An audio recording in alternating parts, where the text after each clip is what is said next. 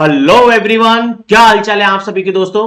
तो ये जो वीडियो है ये एमपीपी के बीबीसीएल जेई का जो एग्जाम देने वाले हैं स्टूडेंट्स, अभी कल जो एग्जाम है वो सिविल वालों का है 22 तारीख को। इसके अलावा आपका इलेक्ट्रॉनिक्स वालों का एग्जाम है जेई इलेक्ट्रॉनिक्स का 24 तारीख को। और जेई इलेक्ट्रिकल जिसमें सबसे ज्यादा वैकेंसी है 200 प्लस वैकेंसीज है, उसका एग्जाम 30 मार्च को होने वाला है। ठीक है, तो ये वीडियो सभी के सभी कैंडिडेट्स के लिए बहुत ही ज्यादा हेल्पफुल रहने वाली है, क्योंकि मैं इसमें आपको रिव्यू करवाने वाला हूं जो कल के दिन येस्टरडे पेपर हुआ था मैकेनिकल का, जेई मैकेनिकल का 20 मार्च 2025। समझे, इवनिंग शिफ्ट में 5 बजे से 7 बजे तक ये एग्जाम हुआ था। तो इसमें सबसे पहले डाउट जो है बच्चों को कि भाई किस तरीके का पेपर आ रहा है, पेपर में वेटेज किस सेक्शन का कितना है, किस तरीके से पेपर आ रहा है, तो सारी बातें आज मैं इस वीडियो में करूंगा। ठीक है, तो देखो जेई का जो शेड्यूल है वो ऑलरेडी आ चुका था पहले ही, इसमें एग्जामिनेशन डेट्स आ चुकी थी।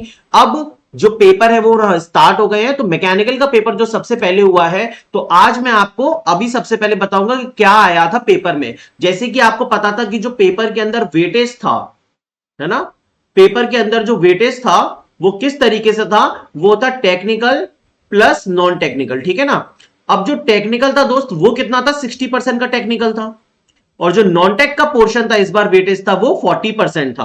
अब 60% टेक्निकल का है तो वो तो सबको पता है कि भाई अपनी अपनी रेस्पेक्टिव ब्रांच के क्वेश्चन आएंगे, लेकिन जो नॉन टेक 40% है इसमें किसी को कुछ नहीं पता था कि किस तरीके का पेपर आ रहा है। तो ये कल पेपर जो हुआ है उसी से मालूम चला है क्या, कि जो टेक्निकल है वो तो 60 क्वेश्चन ही आए हैं उसके, और जो नॉन टेक है उसका क्या किया है इन लोगों ने, मैं आपको बताता हूं। एक्चुअली में इन्होंने क्या किया है, पेपर को थोड़ा सिंपल टाइप से रखा है। इससे पहले जो पेपर हुआ था एनटीपीजीसीएल का 2024 में, उसमें इन्होंने क्या किया था, टेक्निकल और नॉन टेक्निकल को कंबाइन करके अलग अलग सेक्शंस बना दिए थे 20-20 क्वेश्चंस के। लेकिन इस बार इन्होंने बहुत सही किया है कि देखिए हर एक चीज सेक्शन वाइज आई है। मतलब टेक्निकल का पूरा अपना एक अलग सेक्शन है, नॉन टेक्निकल का पूरा अपना एक अलग सेक्शन है, और नॉन टेक्निकल में भी इन्होंने 4 कैटेगरीज में चीजों को डिवाइड किया है। जिसमें कि सबसे पहला है आपका एप्टीट्यूड, दूसरे सेक्शन में आपको पूछा गया रीजनिंग, तीसरे सेक्शन में पूछा गया दोस्तों एमपी जीके। ध्यान रखिएगा, जी हां, एमपी जीके का अलग से सेक्शन है, और चौथा सेक्शन है आपका इंडिया जीके का। तो एप्टीट्यूड के इन्होंने 10 क्वेश्चंस दे रखे हैं उस सेक्शन में, रीजनिंग के भी 10 क्वेश्चंस दे रखे हैं, एमपी जीके के भी 10 क्वेश्चंस दे रखे हैं, और इंडिया जीके के भी 10 क्वेश्चंस दे रखे हैं। तो इस तरीके से पेपर का लेआउट आया है, समझ गए। तो भाई आप सभी प्रिपेयर होके जाइएगा, अपना माइंड सेट करके जाइएगा कि आपको चीजें सेक्शन वाइज मिलने वाली हैं। तो जो भी पोर्शन आपका स्ट्रांग हो सबसे पहले आप उस पोर्शन को अटेम्प्ट करना, और फिर आपका पेपर भी बहुत अच्छा जाएगा।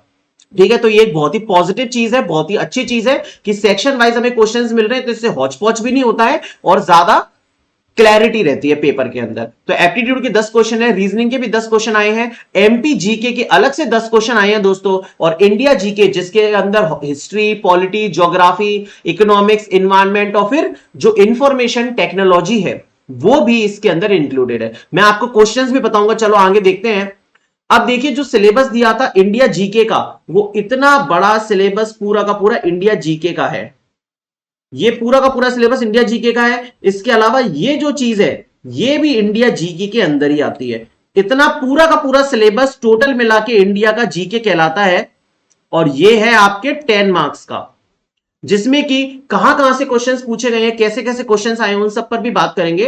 फिर देखो ये एमपी जीके है, तो एमपी जीके आपका टोटल 10 नंबर का आया है, 10 क्वेश्चंस इसके भी आए हैं, फिर 10 क्वेश्चन आपके एप्टीट्यूड के, 10 क्वेश्चन रीजनिंग के। बहुत ही अच्छी चीज हुई है। ये आपका टेक्निकल का सिलेबस है, इस पे अभी बाद में बात करेंगे। अब देखो एप्टीट्यूड के जो 10 क्वेश्चंस आए हैं उसमें कौन कौन से टॉपिक से कल मैकेनिकल के पेपर में क्वेश्चन आए हैं, तो परसेंटेज सबसे पहला टॉपिक है, इससे 2 क्वेश्चंस आए हैं। टाइम एंड वर्क का 1 क्वेश्चन रहा है, simple interest and compound interest दोनों का एक एक क्वेश्चन रहा है, पाइप एंड सिस्टम का 1 क्वेश्चन आया है, एलजेब्रा का 1 क्वेश्चन है, एजेस का 1 क्वेश्चन है, ट्रेन्स का 1 क्वेश्चन है। तो लगभग लगभग मिला के 9-10 क्वेश्चन ऐसे करके एप्टीट्यूड के अंदर आए हैं। तो क्वेश्चंस बड़े ही सिंपल हैं, बिल्कुल भी लेंथी क्वेश्चंस नहीं है। अगर आपने पुराने पेपर्स प्रैक्टिस किए हैं, एमपी के पेपर्स सब इंजीनियर के या एमपीपीजीसीएल में जो एप्टीट्यूड आता था उतना भी पूरा प्रैक्टिस किया है, तो सारे के सारे क्वेश्चंस आपको हूबहू उसी टाइप के मिल जाएंगे, कोई भी नए क्वेश्चंस नहीं है, पेपर काफी इजी है।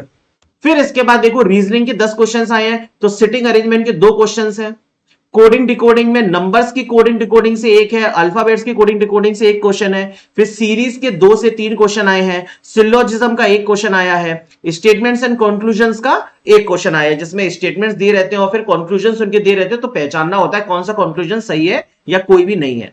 ठीक है, तो इस तरीके से रीजनिंग के टोटल 10 क्वेश्चंस आए हैं। ये भी थोड़ा सिंपल ही है, तो आप लोग जितने दिन बचे हुए हैं उसमें अगर रिवाइज करना चाहते हैं तो इन पर्टिकुलर टॉपिक्स की थ्योरी रिवाइज कर लीजिएगा और क्वेश्चंस भी प्रैक्टिस करके जाइएगा।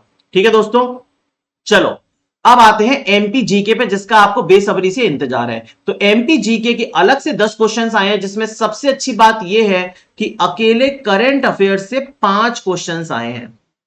तो भाई जितने भी स्टूडेंट्स हैं जो कि एमपी जीके अभी तक नहीं पढ़े हैं या एमपी जीके में अंडर कॉन्फिडेंट फील कर रहे हैं और इस पेपर को लेके भी चिंताजनक है कि भाई मैं इस पेपर को देने जाऊं या नहीं जाऊं, मैंने पढ़ा है या नहीं पढ़ा, तो उसके मैं आप सभी का डाउट क्लियर करना चाहता हूं कि अगर आपने इन 3-4 महीनों की करंट अफेयर्स भी अगर अभी कुछ दिनों में कवर कर ली, अक्टूबर, नवंबर, दिसंबर और जनवरी 2025, नोटिफिकेशन जो आपका आया था वो जनवरी से स्टार्ट हुआ था फॉर्म भरना, मतलब दिसंबर से स्टार्ट हुआ था फॉर्म भरना, जनवरी तक लास्ट डेट थी। तो जब नोटिफिकेशन आया है उसी दौरान तक आपको करंट अफेयर्स कवर करना है। सिर्फ 3 से 4 महीनों को कवर कीजिए, अक्टूबर कवर कर लो, नवंबर कर लो, दिसंबर कर लो, जनवरी 2025 का कवर कर लो अगर करना चाहते हो तो, नहीं तो इन 3 महीनों का तो कवर कर ही लो। लेटेस्ट वाला करंट अफेयर्स आ रहा है, 5 क्वेश्चन करंट अफेयर्स से आए हैं, जिसमें कि सबसे ज्यादा क्वेश्चन है स्कीम्स से। जितनी भी स्कीम्स सीएम जो है मोहन यादव एमपी का, उनके द्वारा लॉन्च की गई है, उसी से मेनली क्वेश्चंस आए हैं। ठीक है, फिर एक क्वेश्चन आया था MP eight which position in agriculture sector, तो जो इंडेक्स का क्वेश्चन एक आया था, समझ गए ना। अब इसके बाद और कौन से क्वेश्चंस आए हैं, तो एमपी की हिस्ट्री से एक क्वेश्चन आया है, फेमस पॉलिटी से 2 क्वेश्चन आए हैं, साइंस एंड टेक जो इंफॉर्मेशन टेक्नोलॉजी है उससे 1 या 2 क्वेश्चन आए हैं, और इसके बाद मतलब एमपी के अंदर ये हिस्ट्री हो गया, हिस्ट्री पॉलिटी हो गया, science and tech information technology का 1 या 2 क्वेश्चन ही है। तो अगर आप बहुत ज्यादा उस पर मेहनत करना चाहते हो तो ठीक, नहीं तो 1 या 2 क्वेश्चन आएंगे, आप उसे छोड़ भी सकते हो टॉपिक को। आप मेरे हिसाब से एमपी के करंट अफेयर्स पे काम कर लीजिए, एमपी के हिस्टोरिकल इवेंट्स पे काम कर लीजिए, जो मैंने आपको बुक शेयर की है पुणेकर की, उसमें हिस्टोरिकल इवेंट्स चैप्टर है, उस पे काम कर लीजिए। फेमस पर्सनैलिटी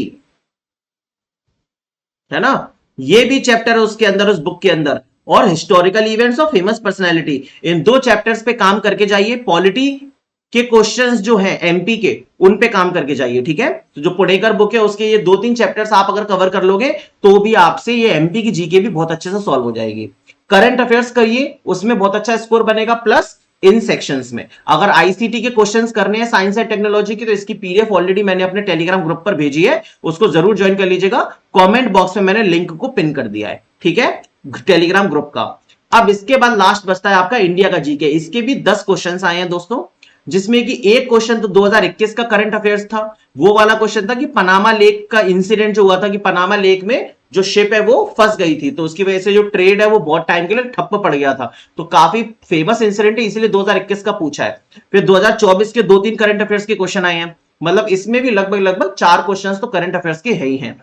फिर इंडिया की पॉलिटी से एक क्वेश्चन है, हिस्ट्री से है, बायोलॉजी से 1 से 2 क्वेश्चन है ना, प्लांट बायोलॉजी का है ना वो क्वेश्चन है, और छोटे बच्चे में पैदा होते टाइम उस टाइम पे हड्डियां कितनी होती है, एक ये क्वेश्चन आया था। तो बायोलॉजी के क्वेश्चन आए हैं सिंपल वाले, ज्योग्राफी का एक आध क्वेश्चन आया है। तो ये आपका पूरा का पूरा पेपर का रिव्यू है दोस्तों, इसमें 40 क्वेश्चन जो नॉन टेक था उसमें सबसे ज्यादा बच्चे चिंतित थे, ये पूरा का पूरा 40 नॉन टेक का पोर्शन है। अब इसके बाद जो टेक्निकल है 60 क्वेश्चंस का, तो मैंने ये भी पूछा कि भाई आपके ब्रांच के हिसाब से आपको कैसा लगा पेपर का लेवल। तो देखिए मैं आपको बता रहा हूं, अब आखिरी के 10 दिनों में आप सिर्फ और सिर्फ प्रैक्टिस कीजिए पीवाईक्यूज। कौन कौन से पीवाईक्यूज प्रैक्टिस करने हैं आपको, एक तो आप एसएससी जेई के पीवाईक्यूज प्रैक्टिस कीजिए, और दूसरा आप उससे भी पहले एसएससी जेई के पीवाईक्यूज से पहले आपको प्रैक्टिस करने चाहिए एमपी के पीवाईक्यूज। कौन कौन से, देखिए एक तो जो आपकी ब्रांच है उसके एमपी पीजीसीएल 2018 से लेके 2024 तक जो भी पेपर्स हुए हैं उन सब का पीडीएफ मैंने ऑलरेडी अपने टेलीग्राम ग्रुप पे शेयर किया है। टेलीग्राम ग्रुप का नाम है ऋषभ इंजीनियरिंग इनोवेशन, इसकी लिंक मैं कमेंट में पिन कर चुका हूं, ठीक है, तो आप लोग इस ग्रुप को जरूर ज्वाइन कर लीजिए, इसमें पेपर्स पड़े हुए हैं सारे। तो भाई आपकी सबकी ब्रांचेस के पढ़े हैं, सिविल, इलेक्ट्रिकल, मैकेनिकल, इलेक्ट्रॉनिक, सबका। तो एमपी पीजीसीएल के पेपर्स प्रैक्टिस करने हैं, इसके बाद आपको एमपी सब इंजीनियर के पेपर्स जो अभी रिसेंटली हुए हैं इनको जरूर प्रैक्टिस करके जाना है।